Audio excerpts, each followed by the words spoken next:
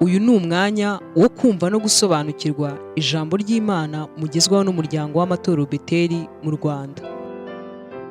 Bene data bakristo bitore Beteli, nongeye kubasuhuza mwese mu izina rya Yesu Kristo umwami wacu. Ndizera ko Imana ikomeza kubana namwe no kubitwararika muri iyi minsi. Ndahamagaye ubuntu bw'Imana kuri mwese kugira ngo bukomeze bubafashe muri ibihe turimo kugeza igihe tuzabisohokamo. Uyu munsi nifuzaga ko tuganira ijambo ry'Imana rijyanye n'iby'iminsi mikuru ya Pasika. Itariki 8 kuwa gatatu nimugoroba Abisirayeli batangiye iminsi mikuru ya Pasika yabo yitwa Pesa, ikazasozwa ku itariki 16 z'ukwezi kwa 4. Murabizi ko Abisirayeli ibyabo dusoma mu Isezerano rya kera byamenyekanishaga ibizaba mu Isezerano rishya. Ni ukuvuga ngo Isezerano rya kera n'igicucu cy'Isezerano rishya. Ko tubisoma mu Kuva ibice 12 niho Imana ubwa mbere yavuze ibya Pasika. Ku murongo wa mbere ngo Uwiteka abwira Mose na Aroni mu gihugu cya Egiputa ati, ku kwezi kuzababere imfura y'amezi, kuzababere ukwezi kwa mbere mu myaka.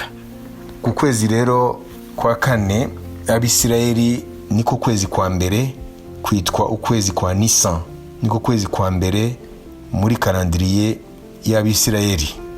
Twebwe muri calendrier civile dukoresha turi mu kwezi kwa 4, ariko muri calendrier Imana yabahaye niko kwezi kwa mbere, kubera ko niho Imana yatangije Pasika, kandi kubw'iyo Pasika niho havuye incungu yo kubavana muri Egiputa mu buretwa mu gihugu cya Farao. Turabizi twese yuko muri iriya joro Imana yabavana muri Egiputa yabategetse ko babaga umwana w'intama, amaraso yawo bakawusiga ku nkomanizo zombi z'imiryango, arizo bita mu Gifaransa poto, hanyuma no ku ruhamo rw'umuryango aribyo bitwa mu Gifaransa lento. Ayo maraso rero ngo marayika urimbura ngo igihe azabona amaraso ku nzu azamenya ko ari inzu y'Abaheburayo, ubwoko bw'Imana, ntabwo azayiteza icyago cyo kurimbura abana b'imfura. Imana yashatse kurimbura mu mazu yose y'Abanyegiputa.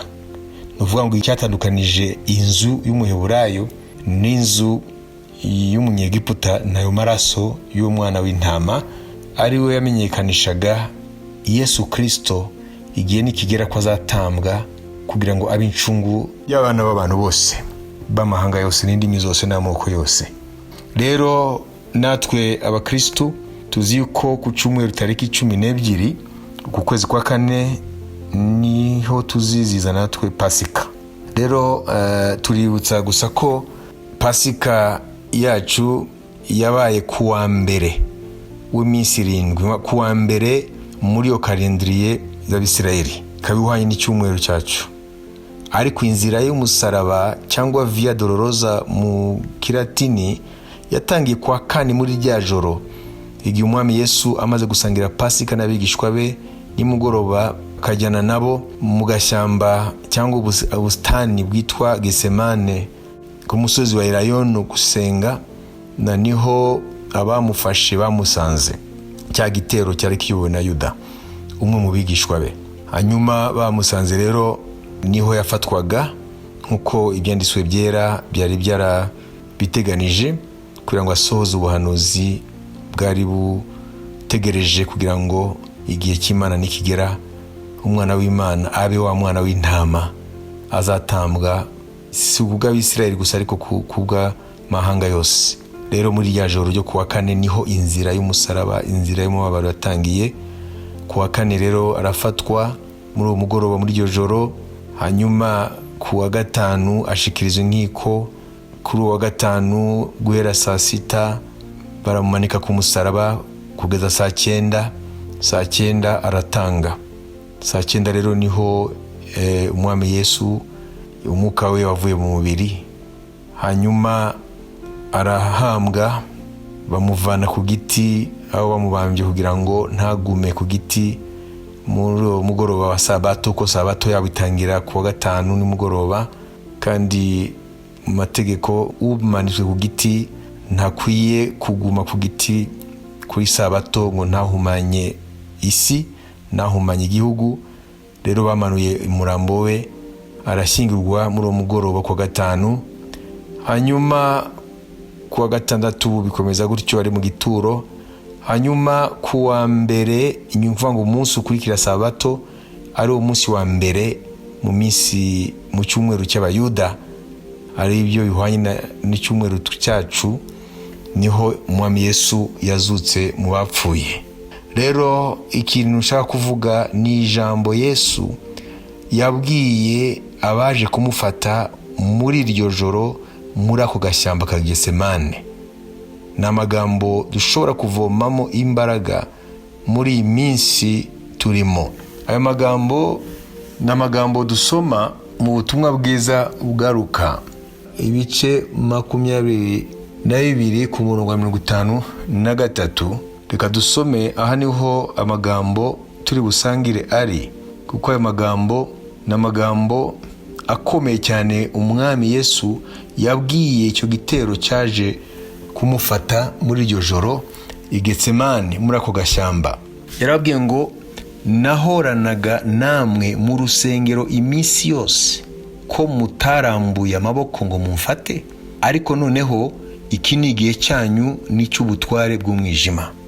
Hano ni amagambo akomeye cyane arimo iyishyurirwa rikomeye. Ni ukuvuga ngo mbere y'uko Yesu bamufata, ubutware bw'umwijima buvugwa n'uvuga Satani n'ingabo ze, Sekibi n'abadayimoni bose, nubwo bari bafite umudendezo wo gukora, ariko nta kintu na kimwe bari gukora Imana itakirekuye. Isaha yo gukora kwa Satani ngo agire ububasha kuri Yesu yari itaragera. Ni ukuvuga ngo Satani nubwo afite ububasha, ariko akorera mu mbago Uwiteka Imana yamushiriyeho. Rero uherero ku wa kane muri iryo joro niho ijuru ryemeye ko Satani noneho bamukuraho imbago kugira ngo asoze ubuhanuzi, nubwo we yibazaga ko ari insinzi abonye ku umwanzi we ari we Kristo. Niyo mpamvu iryo joro Yesu yamenye ko isaha igeze, ko noneho Satani n'ubutware bwe bw'umwijima, kuvuga ngo badayimoni be, ubwami bwe barekuriwe kugira ngo Yesu afatwe, Yesu ahinduke wa mwana w'intama ajyanwe mu ibagiro. Ariko Satani ntabwo yari azi ko agiye kugwa mu mutego. Niyo mpamvu Paulo Umwuka Wera yarayishuye ngo ubutumwa bwiza buvugwa ngo ntabwo bubwirizwa n'ubwenge bw'iki gihe cyangwa ubw'abatware b'iki gihe bazakurwaho, ahubwo ngo n'ubwenge bwagizwe ubwiru kuva isi kiremwa, ariko Imana ikaba yarabubikiye abera bayo kugira ngo igihe nikigera bwishyurwe kuri bo.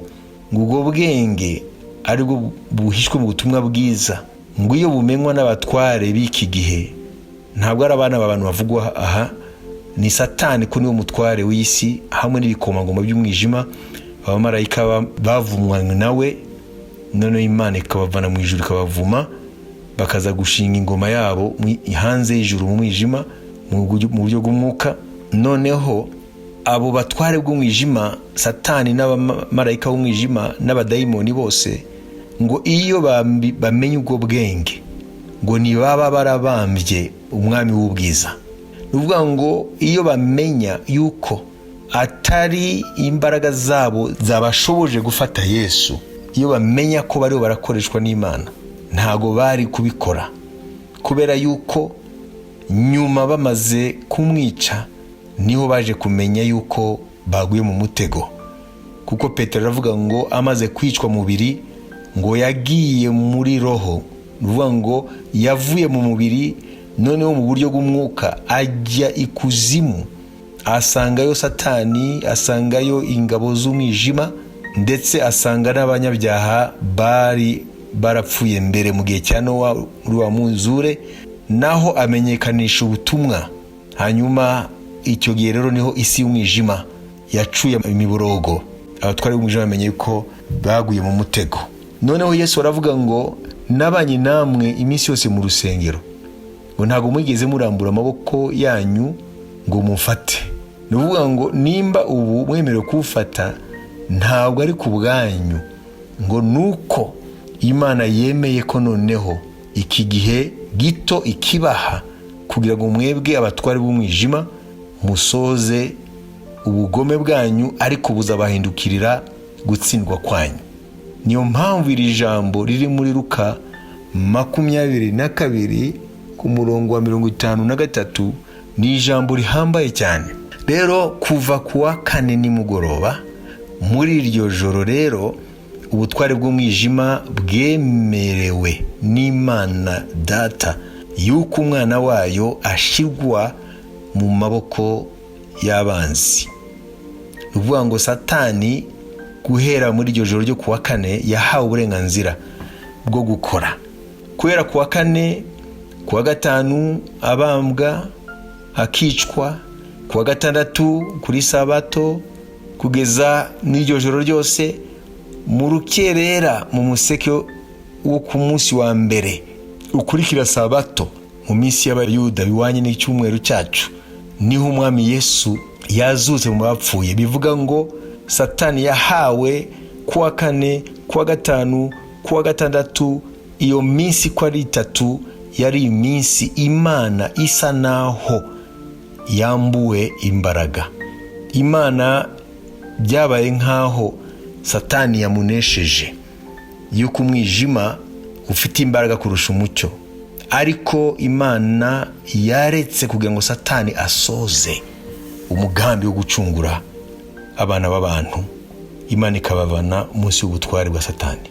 Rero muri iyi minsi turimo ikomeye, iminsi y'akababaro, iminsi itoroshye ku bantu batuye isi yose kubera iki cyorezo cya corona, nashaka kubabwira bene data yuko ntabwo iyi minsi yatunguye Imana nk'uko iriya minsi 3 y'umwijima, aho Yesu Imana yemeye ko aba umunyantege nke kugira ngo bimuviremo kugaragaza ubutware ku banzi b'Imana Satani n'abadayimoni be. Ni iminsi umuntu ashobora kwibaza ngo ese Imana irihe?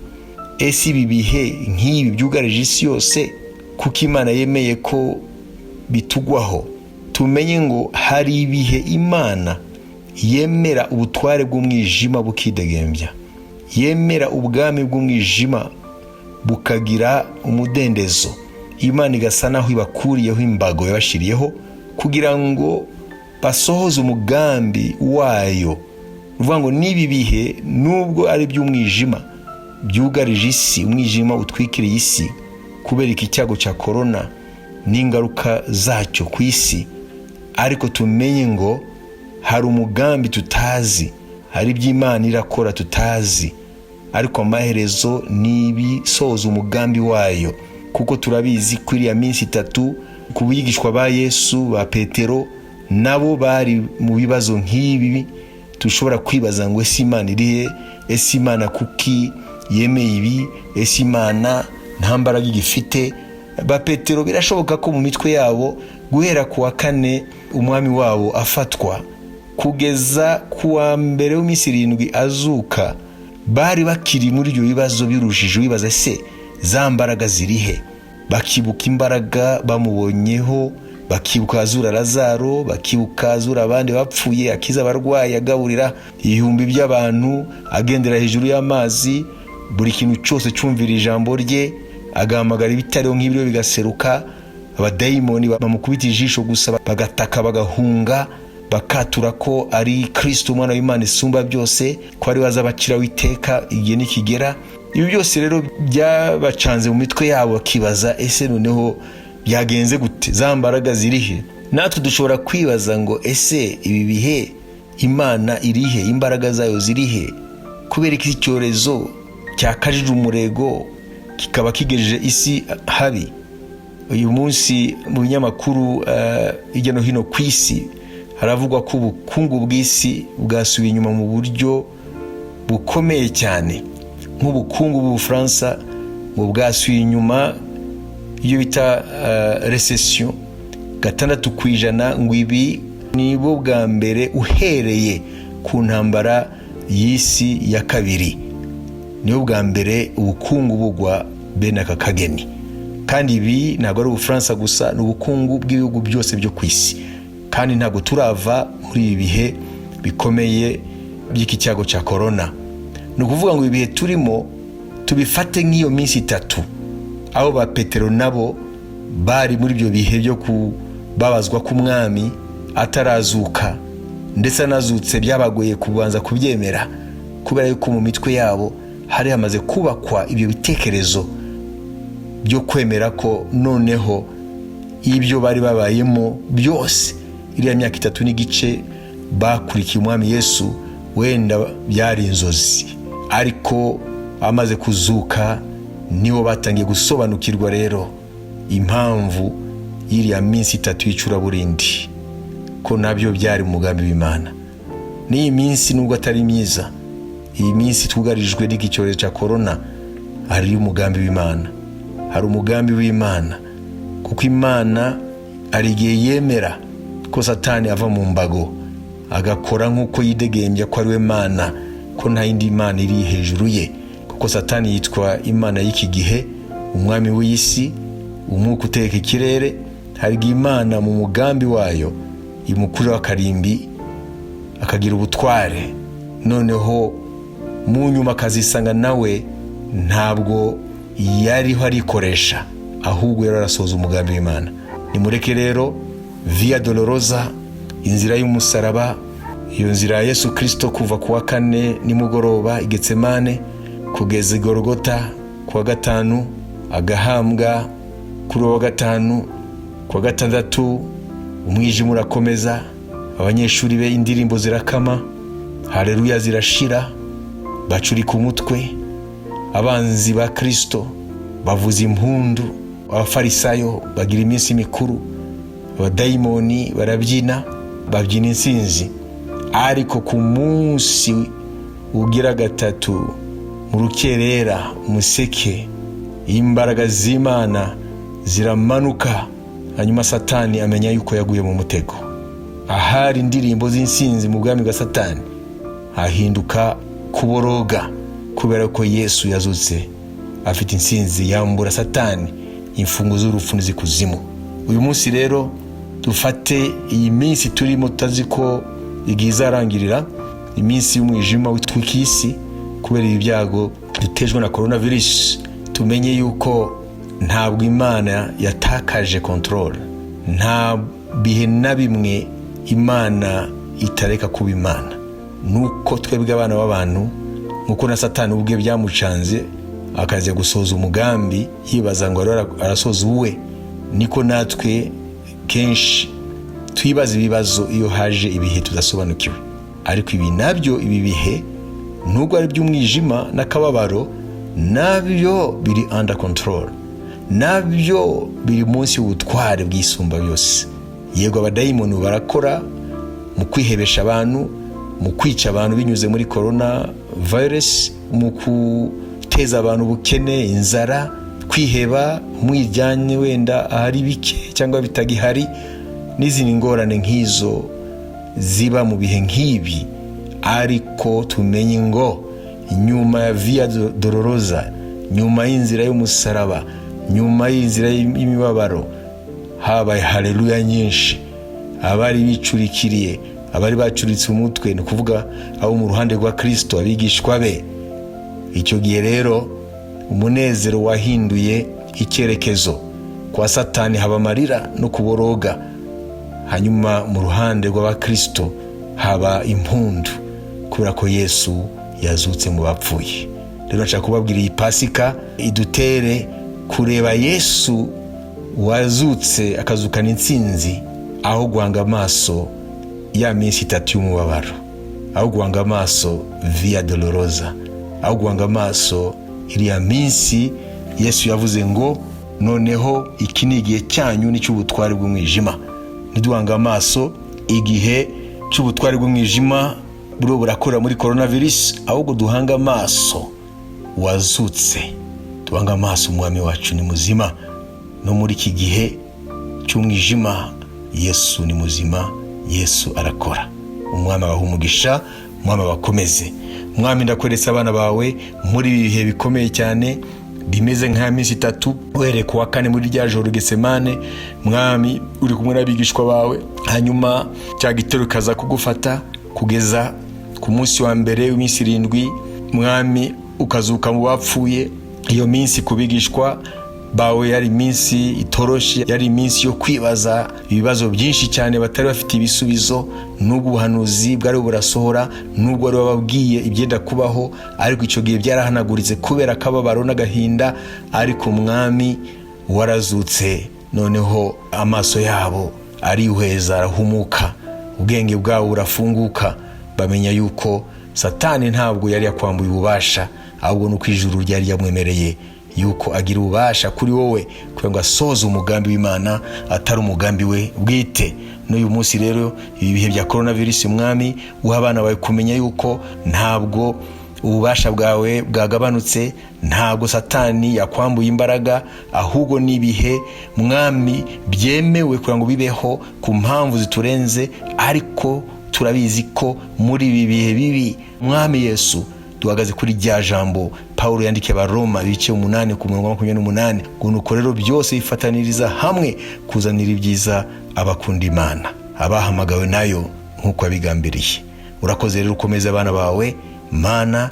Satani ntabambura, haleluya, Satani ntabambura amashimwe, ariko Mwami bahanga amaso igitondo cyiza igihe bazukaga mu bapfuye, bayakure muri ya minsi y'umwijima aho ba Petero bari batakaje ibyiringiro.